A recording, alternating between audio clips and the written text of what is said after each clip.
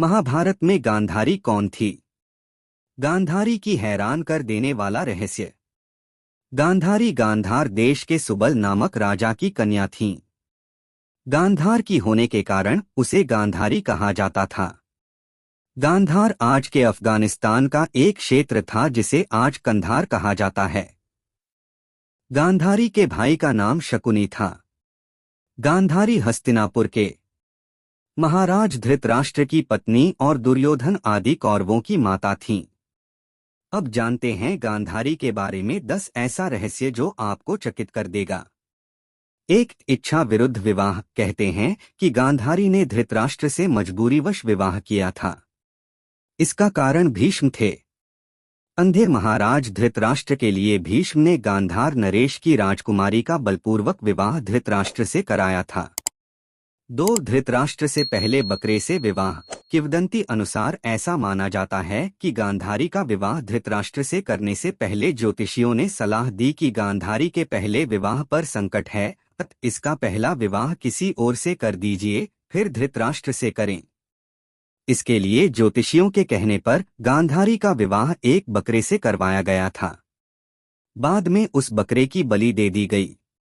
कहा जाता है कि गांधारी को किसी प्रकार के प्रकोप से मुक्त करवाने के लिए ही ज्योतिषियों ने यह सुझाव दिया था।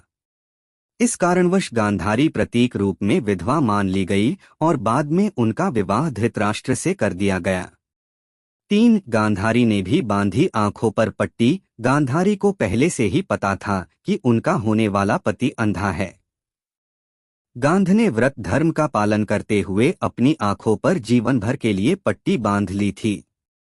इसी कारण गांधारी का संसार की पतिव्रता और महान नारियों में विशेष स्थान है। 4, जब धृतराष्ट्र को हुई गलतफहमी, गांधारी एक विधवा थीं। यह सच्चाई बहुत समय तक कौरव पक्ष को पता नहीं चली। यह बात जब महाराज धृतराष्ट्र को पता चली तो वे बहुत क्रोधित हो उठे।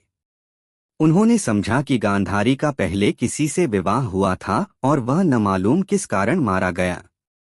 धृतराष्ट्र के मन में इसको लेकर दुख उत्पन्न हुआ और उन्होंने इसका दोषी गांधारी के पिता राजा सुबल को माना। धृतराष्ट्र ने सुबल को और पूरे परिवार सहित कारागार में डाल दिया। कारागार में उन्हें खाने के लिए केवल एक व्यक्ति का भोजन दिया जाता था। केवल एक व्यक्ति के भोजन से भला सभी का पेट कैसे भरता? यह पूरे परिवार को भूखे मार देने की साजिश थी। राजा सुबाल ने यह निर्णय लिया कि वह यह भोजन केवल उनके सबसे छोटे पुत्र को ही दिया जाए ताकि उनके परिवार में से कोई तो जीवित बच सके, और वह था शकुनी। यह भी कहा जाता है कि विवाह के समय गांधारी के साथ उनका भाई शकुनी और आयु में बड़ी उनकी एक सखी हस्तिनापुर आई थीं और दोनों ही यहीं रह गए थे। 5, गांधारी में थी दिव्य शक्ति। गांधारी भगवान शिव की परम भक्त थीं। शिव की तपस्या करके गांधारी ने भगवान शिव से यह वरदान पाया था कि वह जिस किसी को भी अपने नेत्रों की पट्टी खोलकर नग्नावस्था में देखेगी, उसका शरीर वज्र का हो जाएगा। युद्ध से पहले ऐसे में गांधारी ने अपनी आंखों की पट्टी खोलकर दुर्योधन के शरीर को वज्र का करना चाहा, लेकिन कृष्ण के बहकावे के कारण दुर्योधन ने अपने गुप्तांग को पत्तों से छिपा लिया था, जिसके चलते उसके गुप्तांग और जांघें वज्र के समान नहीं बन पाए। इसी कारण अपने प्रण के अनुसार ही महाभारत के अंत में भीम ने गदा से दुर्योधन मिली थी।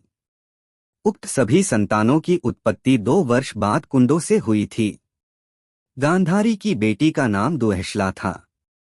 गांधारी जब गर्भवती थी तब धृतराष्ट्र ने एक दासी के साथ सहवास किया था, जिसके चलते युयुत्सु नामक पुत्र का जन्म हुआ।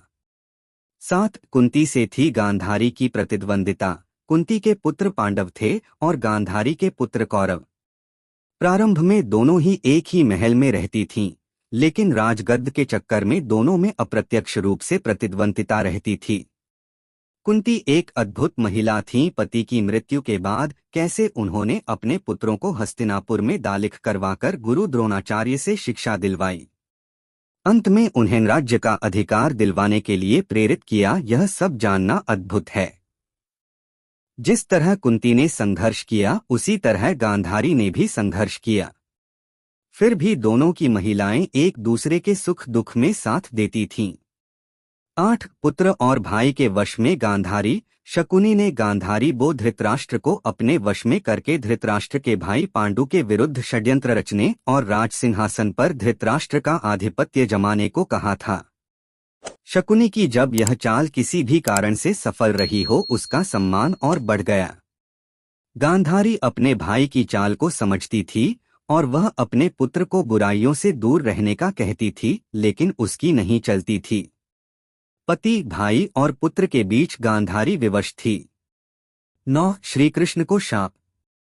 गांधारी के सभी 100 पुत्र महाभारत के युद्ध में मारे गए। अंत में दुर्योधन का जब भीम ने वध कर दिया। महाभारत युद्ध के पश्चात सांत्वना देने के उद्देश्य से भगवान श्री कृष्ण गांधारी के पास गए। गांधारी अपने 100 पुत्रों की मृत्यु के शोक में अत्यंत व्याकुल थीं। भगवान श्री कृष्ण को देखते ही गांधारी ने क्रोधित होकर उन्हें शाप दिया कि तुम्हारे कारण जिस प्रकार से मेरे 100 पुत्रों का नाश हुआ है, उसी प्रकार तुम्हारे वंश का भी आपस में एक दूसरे को मारने के कारण नाश हो जाएगा। 10 गांधारी की मृत्यु। युधिष्ठिर के राज्याभिषेक के बाद धृतराष्ट्र, संजय, कुंती और गांधारी ने संन्यास ले लिया और वे अपना आगे का जीवन बिताने के लिए जंगल में कुटिया बनाकर रहने लगे। 3 साल बाद एक दिन जंगल में आग लग जाती है। संजय उन सभी को जंगल से चलने के लिए कहते हैं, लेकिन दुर्बलता के कारण धृतराष्ट्र वहां से नहीं जाते हैं। गांधारी और कुंती भी नहीं जाती है। जब संजय अकेले ही उन्हें जंगल में छोड़ चले जाते हैं, तब तीनों लोग आग में झुलसकर मर जाते हैं। संजय उन्हें छोड़कर हिमालय की ओर प्रस्थान करते हैं, जहां वे एक सन्यासी की तरह रहते हैं। यदि आप इस वीडियो को थोड़ा सा भी अच्छा लगा हो तो एक लाइक और एक सब्सक्राइब कर दीजिएगा। वीडियो को देखने के लिए और आपका बहुमूल्य समय देने के लिए दिल से धन्यवाद।